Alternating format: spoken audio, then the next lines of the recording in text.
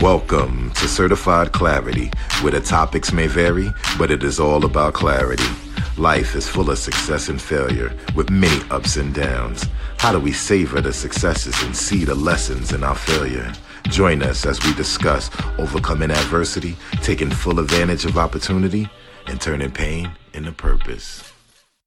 Hello and welcome to the Certified Clarity Podcast. Today's guest is Robert Youngblood. He is the founder and chief connecting officer of YBConnects, LLC, a consulting firm that helps executives and entrepreneurs attract more leads, clients, and sales. Known as the LinkedIn locksmith, YB has developed a quality relationship with many people that allow him to serve as a vanguard of business, leadership, and workforce development.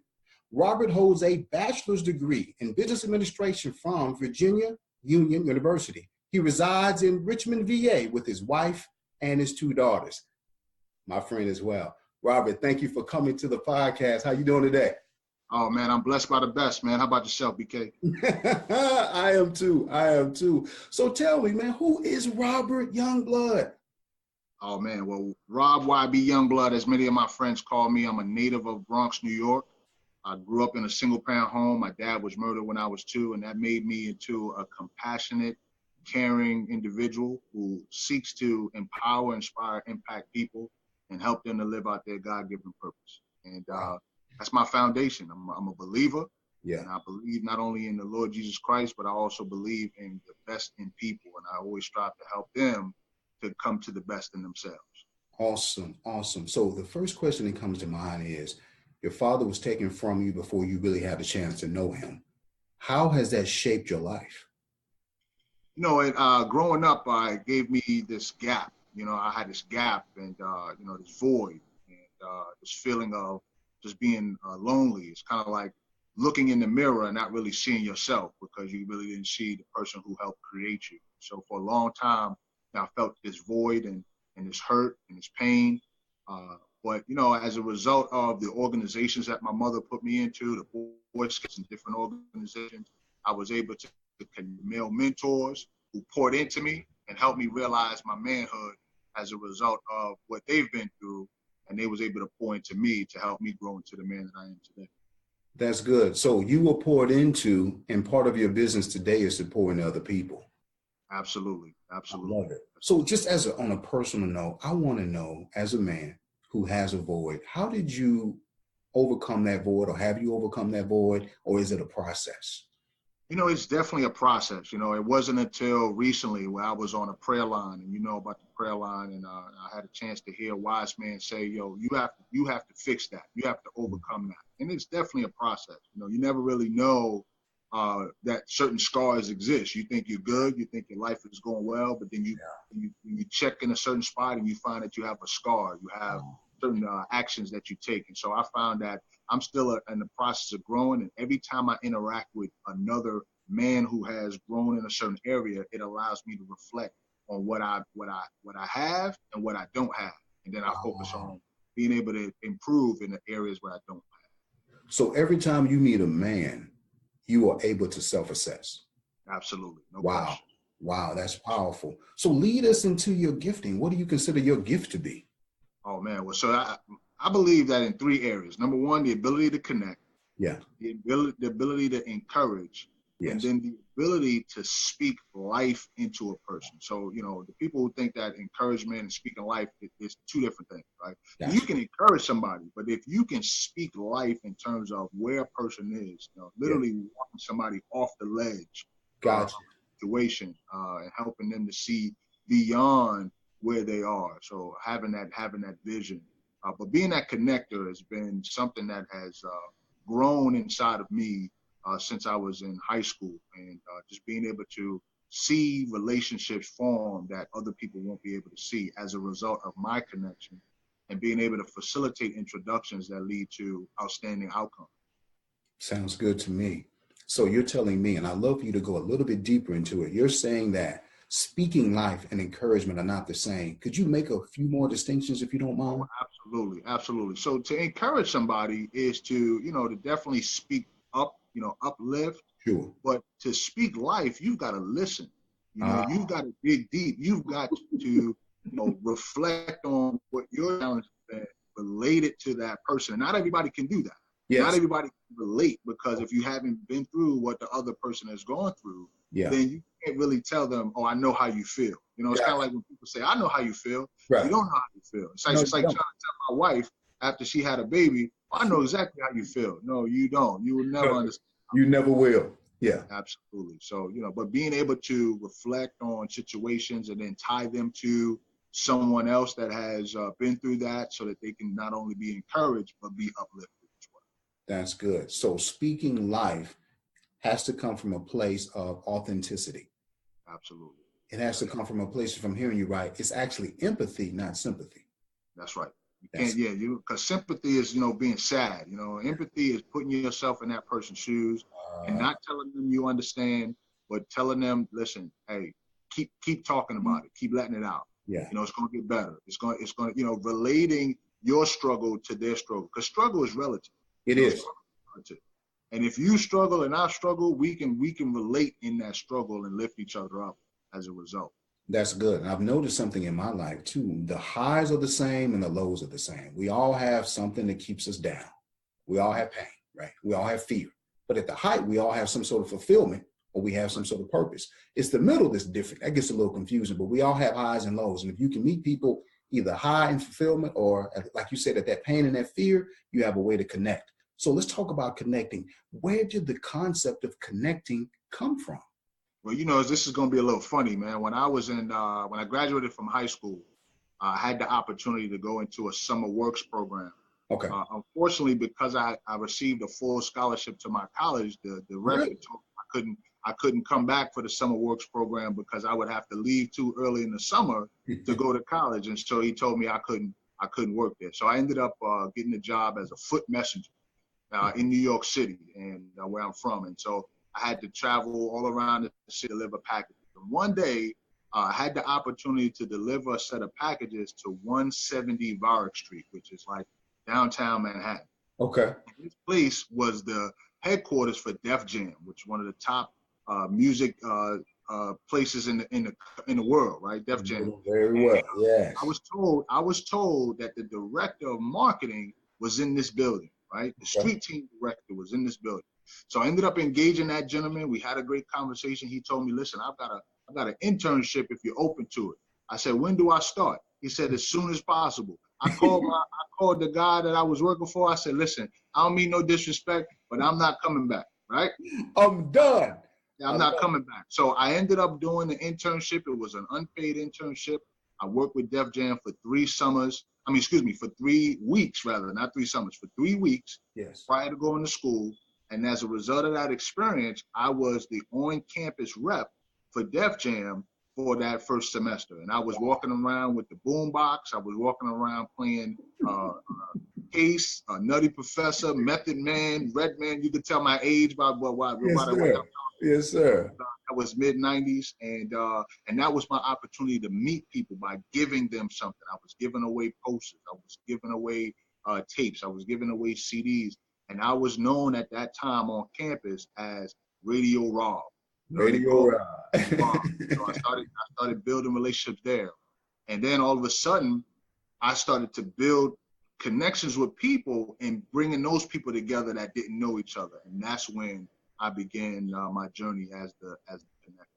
I love it. I love it. It's funny how God just puts what you need to do and how you need to do it right in front of him. But you seized the opportunity. So what was it in you that said, I'm going to call this job?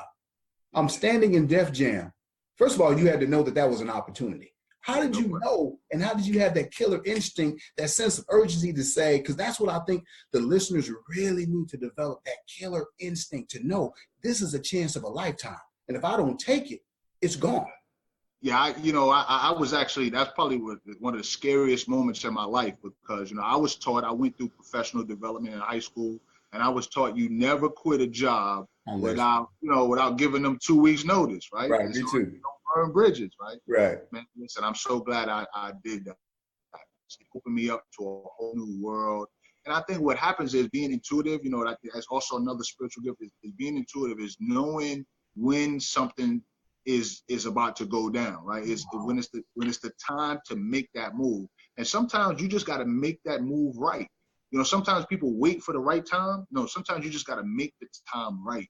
Please go into that. Please expound on that, because that was good. Sometimes it's not about waiting for the right time. Sometimes it's about making the timing right. Please expound. Absolutely. Yeah, because I didn't know what to expect. I mean, you're talking about 3 weeks with an organization, no pay. That was a big risk. I should have known then what I know now, and that was the beginning of my entrepreneurship. I was willing to take a risk.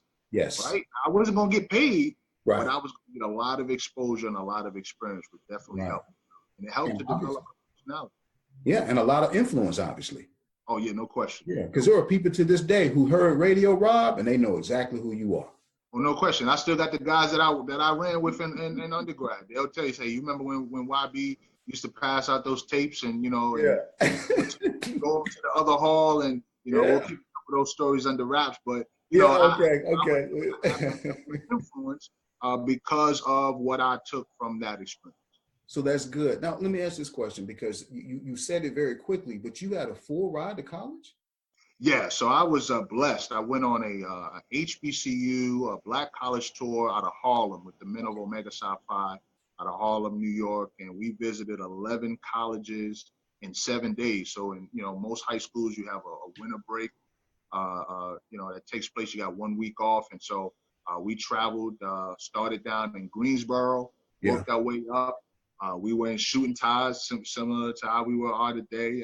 And we got to Virginia Union, and we were midway through the tour. And the gentleman, I remember it like it was yesterday. The gentleman was talking about the prerequisites and what's needed for the presidential scholarship. And, he talked about needing to have 1,000 on the SATs and an 89 grade point out. Well, BK, I had a 1050 on the SATs, right? Wow. And so that began my sales career, because I essentially kept calling that guy to tell him, you need to bring me to your campus. And so a few weeks after that, I got 2 letters in the mail. The first one was an acceptance letter to the university, and the second one was a presidential scholarship, full ride to Union, 1996. So that was a tremendous blessing. You networked your way. You connected your way into a full ride to college. Oh yeah, no question. Yeah, no question. Come on, man. I didn't know that. Yeah, no question. Wow, you networked your way. So are you telling me that favor is better than finances? Oh, let me tell you something. My pastor, I had my spiritual father. He says, favor's not fair, but it's legal, right? Favor's not fair, but it's legal, right? So, and I didn't know anything about favor at that time. When I went to church, they didn't really talk about that too much. But I knew that I had a calling on my life. And so, for me to be blessed, and keep in mind, like I shared with you, I came from a single parent home. Right. This would not have happened otherwise.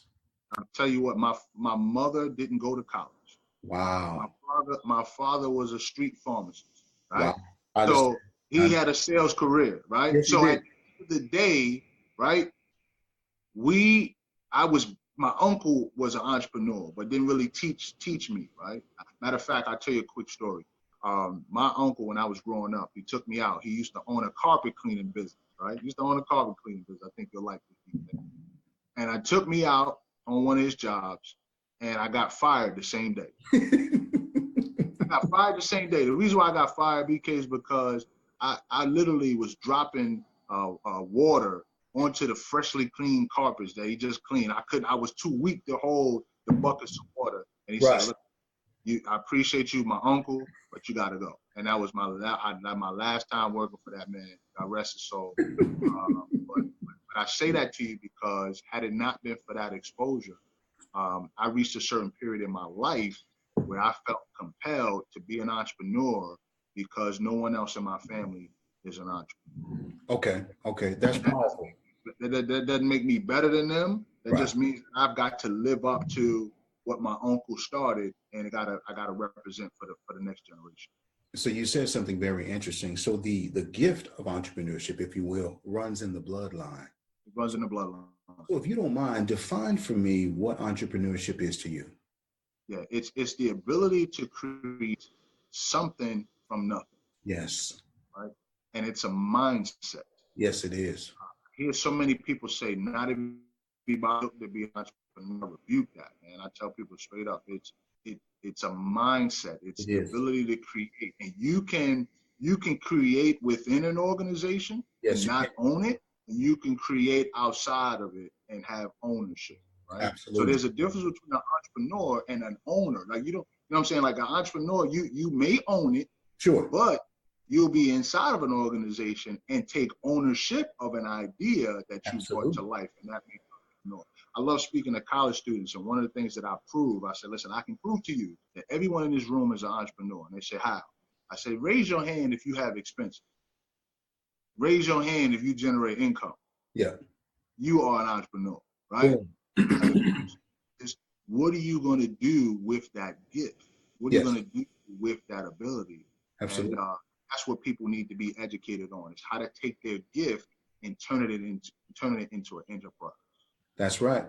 I say it this way: everybody works on commission. Oh yeah. Because what you do, they take your employer, if you have a 9-to-5 job, takes your gifts, talents, and abilities and sells them to the marketplace to the highest bidder. They bring that money back home and split it with you. You work on commission no matter what. That's right. You might as well get a lion's share of it. That's all I'm saying. No question. And get it off the top. Get it off the top versus getting off the bottom. Yes, sir. Yes, sir. Don't pay me, I'll pay you. Right. I love it. I love it. I love it.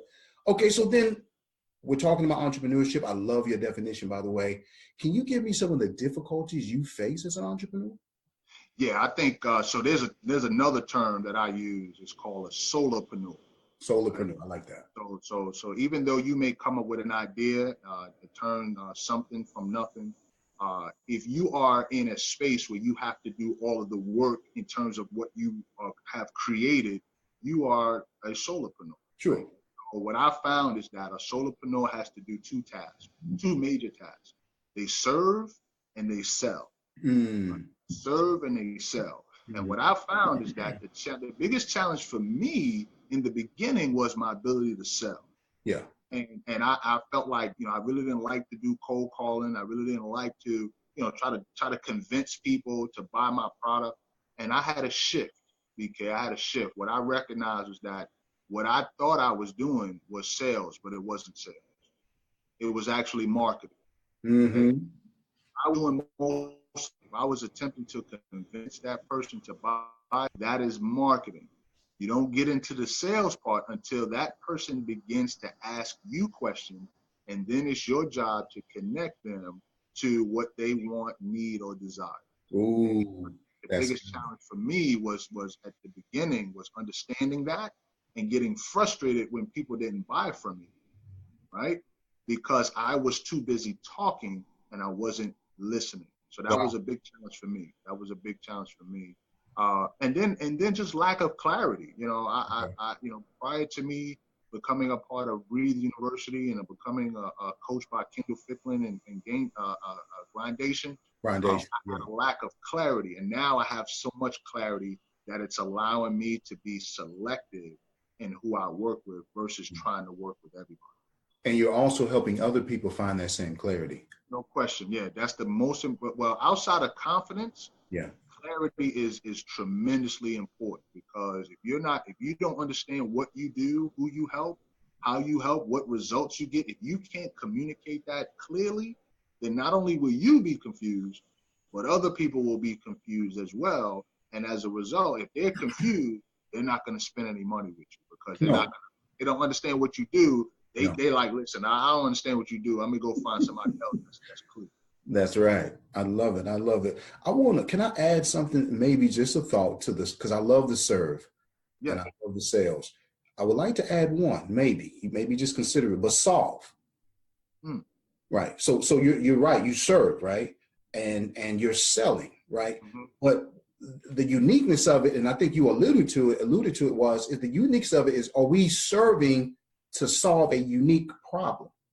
So I'll say this. So the biggest reason why people don't like sales is because they don't understand the definition. So we can absorb the solve piece in the selling. Okay. That's what you're doing. See, when you spend time listening, the consumer's going to tell you their problem. Yeah. And it's your responsibility to listen and connect your their problem to a solution that you may have, number one, or to someone else who can solve their problem. So the value that I bring to the table is that I already know I don't solve everybody's problem. I'm not going to be everybody's solution. But what I'm going to do is I'm going to build enough relationships that if I can't help you, I got a bunch of people in my network who can, and I'll be happy to facilitate that connection. Wow. So if I can't help you directly, I'll help you find the person you need. Absolutely. Which is just as valuable, yes, if not more, than me solving their problem directly. I often tell people that the person I love the most, outside of my wife and kids, are the people who are my referral sources. Wow. They're considered the golden geese, right? They're the golden geese who lay golden eggs. I love golden eggs, but I love golden geese. Why? Because if you feed the geese, they're going to feed you the eggs. Wow.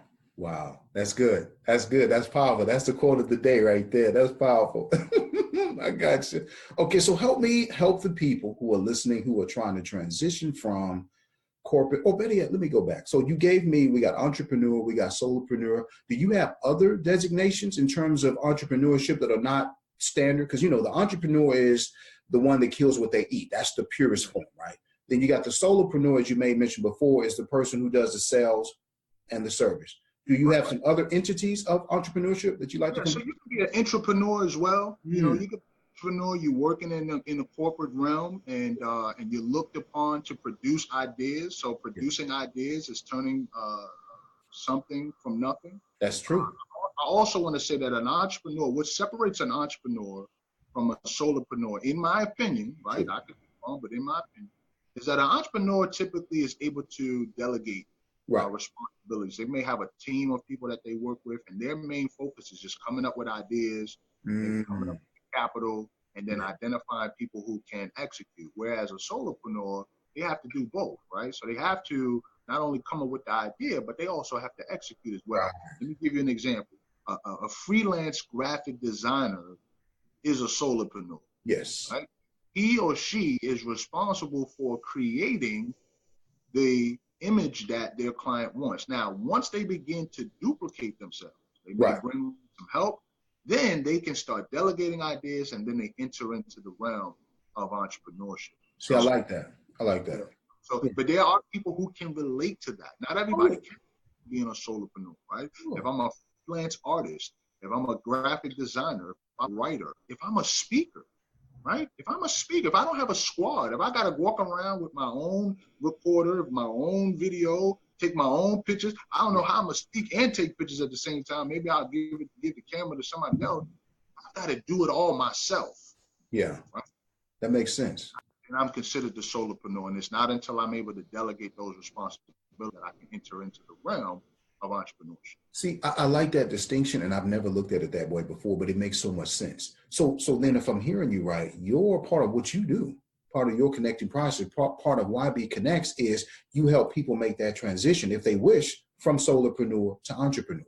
Oh yeah, no question. And if they wish, that's exactly right. If they wish, so we, for example, I think one of the biggest gaps that many solopreneurs have is not tapping into the gifts of can fill those gaps. So for example, I'm in need of a virtual assistant, right? Yeah. Last needed a virtual assistant. So instead of me doing all of these myself, I reach out to my network to identify someone who is a virtual assistant.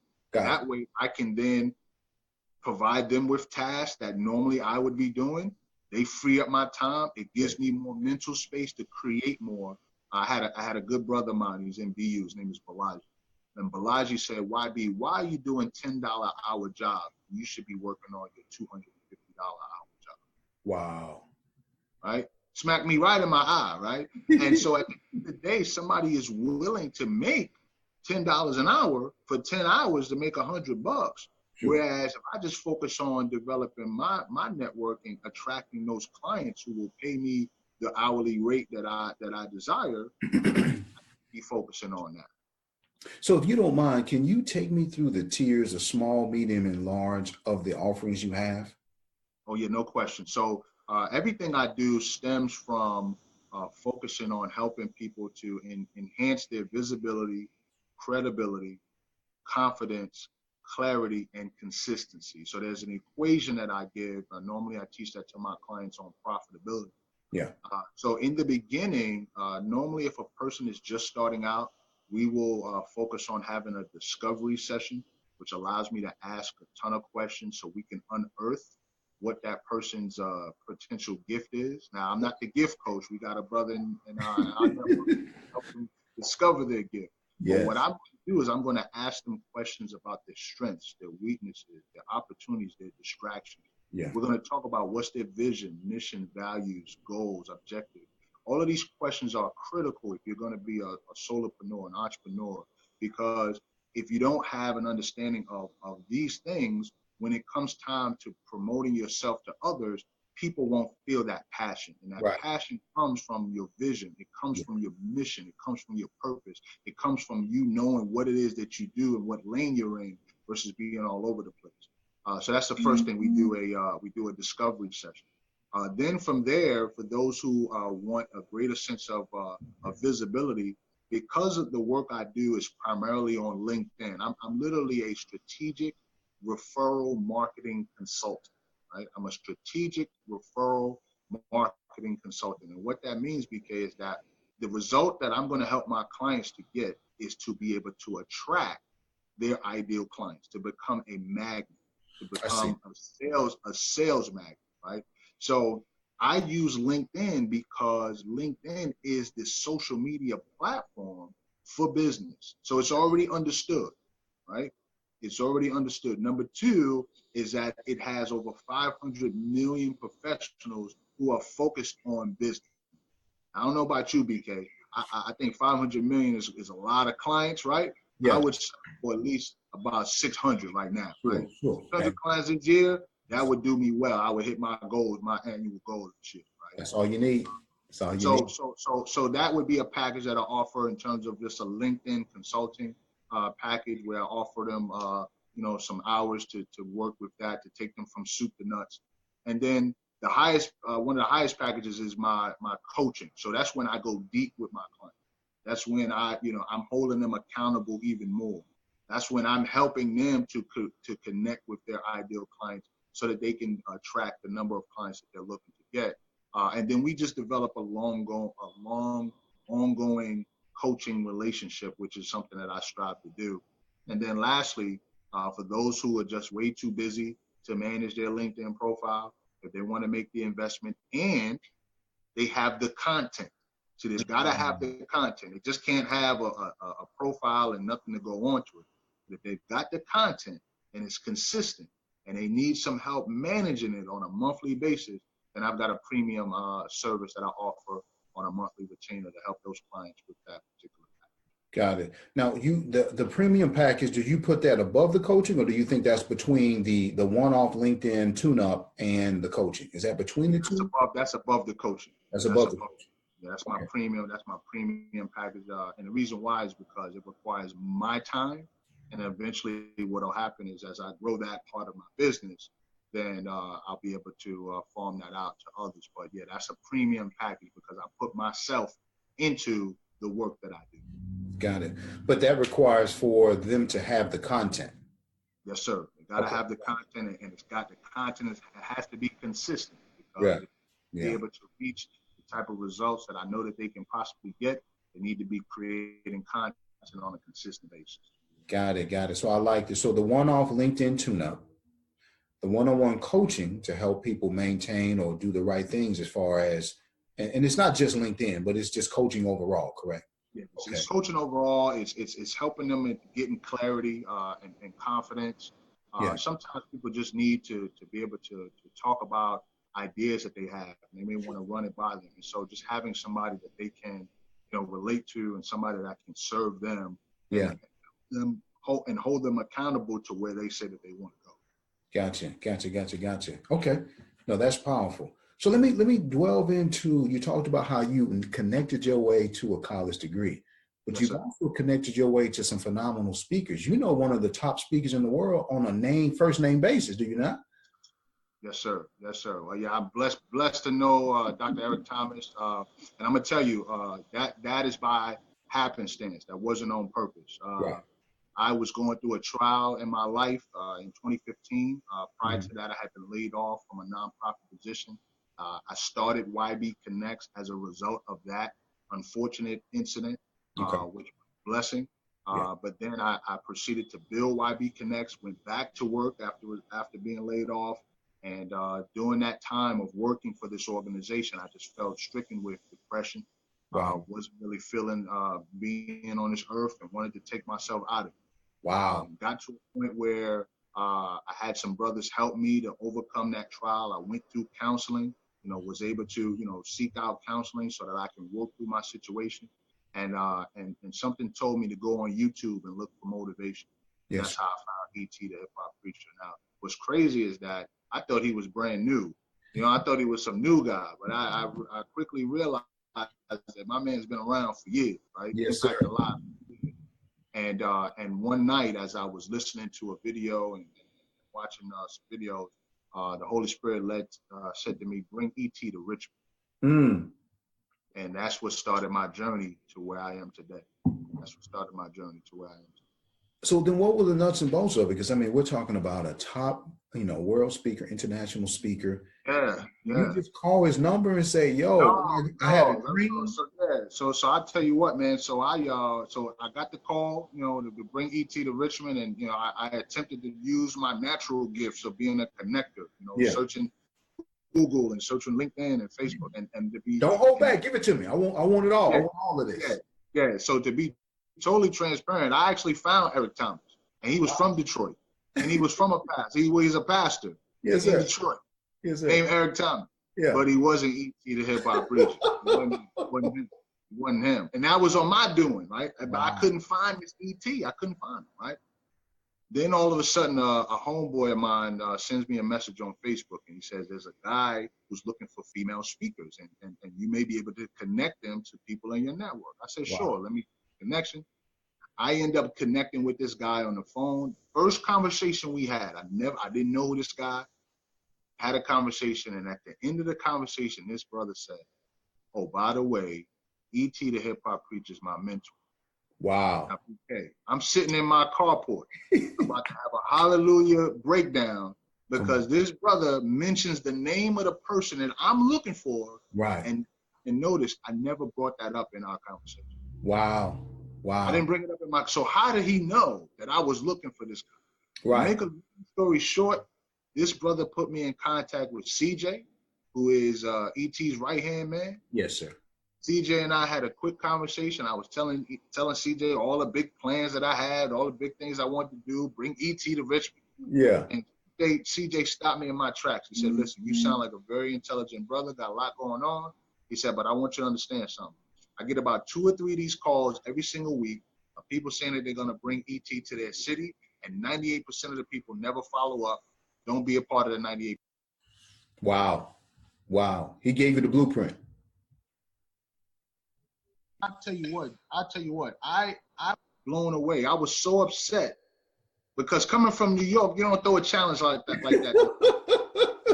You don't just throw a challenge out there like that. And so I said, all right, no problem. I'll see you brothers in St. Louis. And that was the beginning of the Average Skill Phenomenal World Tour that year of 2016. And I traveled all the way from Richmond, Virginia to St. Louis. It took me about 12 hours to drive out there. Best investment of my time. I was in VIP, met E.T., met CJ, met Carl, went to the event, was blown away. And I said, listen, I need more of this. And then eventually, a few weeks later, I ended up joining Breathe University. And I hadn't turned back since. And that's the origin story, right? Every superhero has an origin story, right? I tell you what, man, I am thoroughly impressed, man. I'm thoroughly impressed with what you're saying. And it's powerful to me because a lot of people we're in a space, you and I, we operate in a space where people are selling things that they don't actually have themselves. Yeah. And I'm so thankful to hear you say, I connected my way into college. That's right. For a ride. I connected my way to E.T. That happened. You know what I'm saying? And that's not just because there's many others, right? We're talking E.T., but there's others that, you mentioned Kendall Franklin, you mentioned David Shands. There's many others. I mean, you have a whole host of people in your network who do this professionally. Oh yeah, no question, no Okay. question. Several speakers, you know, part of Grindation, G Squad, people that are involved in the Game Changers. There's all these different people. And here's the thing. So for somebody who's wondering, well, how do you do that? Like, is that, maybe that's just a natural thing. A part of it is natural, right? Yes. But a part of it, it can be done. Like, so I think the first thing is understanding what you bring to the table. Yes. You gotta know who you are. Yeah. You gotta know what you bring to the table, right? That you are valuable. That God created you. He didn't make no junk. So if he didn't make junk, that means that you bring value to the table. You just have to know what the value is. Yeah. And the second thing is you have to identify what gaps other people have. Sure. Right? Yeah. So that means you got to ask questions. That means you've got to be diligent in listening. Yes. And then once you hear those challenges, then what you need to do is you need to find people who have the strengths to solve those challenges and be willing to give. So connecting is a form of giving. As a matter of fact, I use this definition of networking when I teach college students around the country. I say networking is the ability to connect with other people in such a way that you create mutual benefit, right? You create mutual benefit, but it starts with you giving. I learned that from Dr. George Fraser. Dr. George Fraser is one of the premier networkers in the world, specifically in the African-American community. I know Dr. Fraser. One of the top connectors, networkers in the world. And he taught me that. And I take that and I share that everywhere I go. See, people think networking is collecting business cards. They think it's building up a massive Facebook, LinkedIn following. They think it's a bunch of YouTube followers and Instagram followers. That's not networking. Gotcha. If you're not focusing on how do I create mutual benefit and how do I help the person first, you're not networking. So, okay, I gotcha. Connecting is a form of giving. Yep. And you're telling me the ultimate goal of connecting is mutualism. And mutualism. Yep. Okay, I want to make sure I got it right. This is powerful, man. This is so powerful. And so connecting or networking is not getting a bunch of business cards with stale emails. It's That's literally going in to serve and sell. Yep, absolutely. And then you said what? For those people whose palate is not ready for the word sell, like some people, I don't like sell, like they just totally, I want them to remove sale or sales and replace it with communication, leadership, and networking. See, the reason why people are having a challenge with selling is because they have a gap in one of those three areas. They have a gap in those three areas. And so I think once people understand that, so even in communicating, even in leadership, even in networking, it's all about finding the need and filling it, solving the problem and fixing it, finding the problem and fixing it.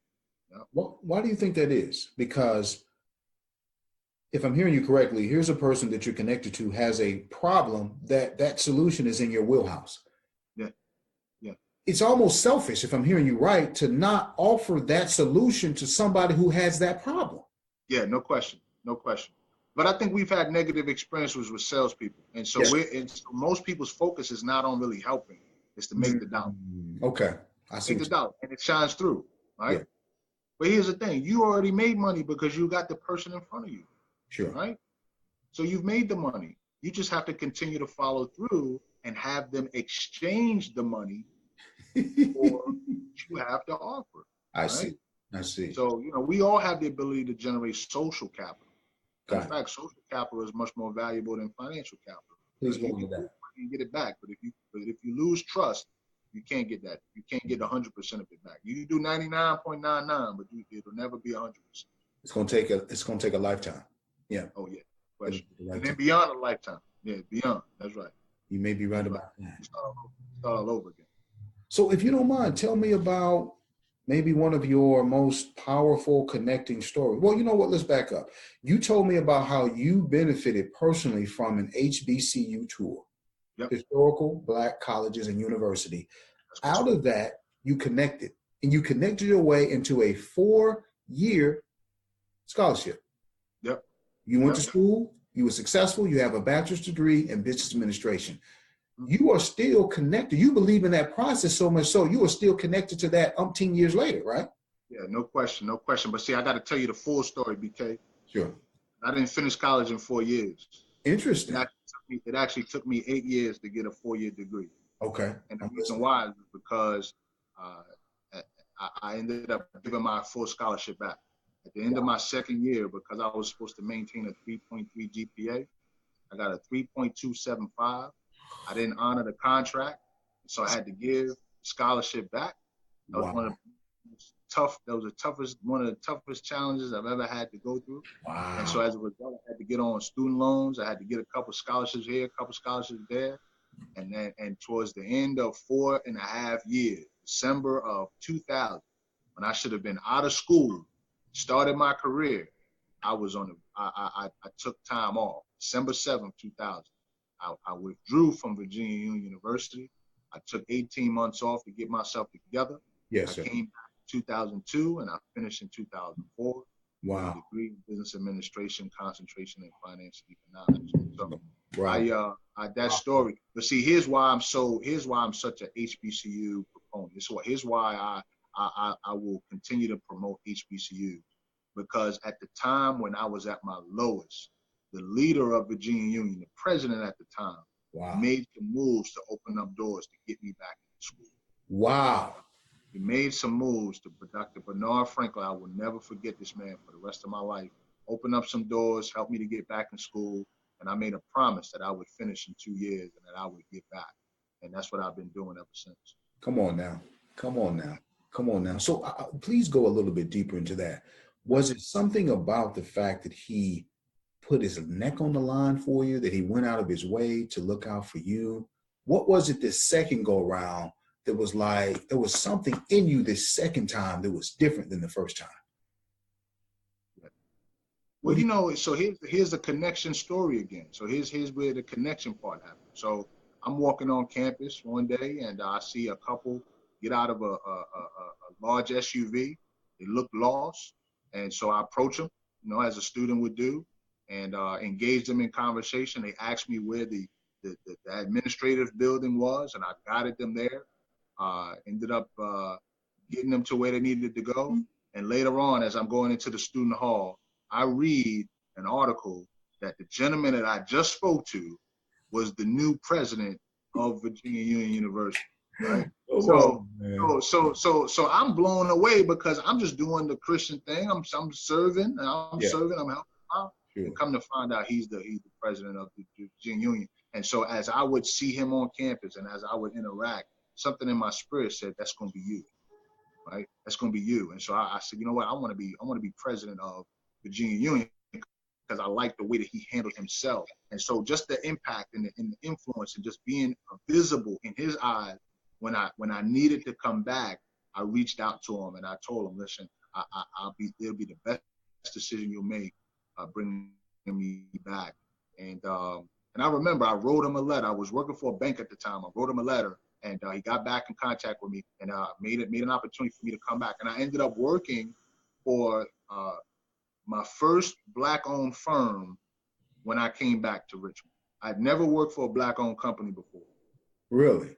I came back and I worked for a Black-owned company, and I did some work with Upward Bound, and that's what kept me in school. Wow, that's powerful. That's powerful. Now, is that still a desire of yours? You mentioned that you want to be the president of Virginia Union. Is that still in your heart? That's still a desire that I have. What I realized though is that I think I'm gonna probably end up going a non-traditional route. You know, there's a traditional route and then there's a non. So you know, the traditional route, I should have already got my degrees by now, master's, PhD, another master's. But I believe God has another plan for me. So, you know, at the end of the day, I'm good with where I'm at right now. But when those opportunities come for me to go ahead and get those further degrees, those other pieces of equipment that I need, I'll definitely go that route. But at the end of the day, the president of a college is the chief servant, right? He's the chief salesperson. Matter of fact, that same president that helped me get into school said, he told me, he warned me. He said, well, you know, being the president of a college is like being a glorified beggar. Wow. And I didn't like that too much. Because for me, I'm not begging for nothing, right? If you need value, if there's value, if I can add value in what I do, and you have a need, and we can facilitate mutual benefit, what's the purpose of begging? I don't need to beg. That's right. That's right. Because like I need to beg you. I have value. Business owner, you believe in education, I add value. And I want to bring that value to you. If you believe in the value that I'm bringing to the table, let's do business. If you don't, we're going to find somebody else that does. No need to beg at all. I'm with you on that. I'm with you on that. And so you are connected still to the HBCU tour. So tell me what's happening right now with the HBCU tour. Yeah, so I'm actually in the process of building a coalition of other HBCU alumni to be able to promote HBCUs in every high school in America. Wow. I had a situation where a classmate of mine reached out to me and she said, YB, we don't have any pennants in our high school of HBCU. We don't have anything from Virginia Union, from Virginia State, from Hampton.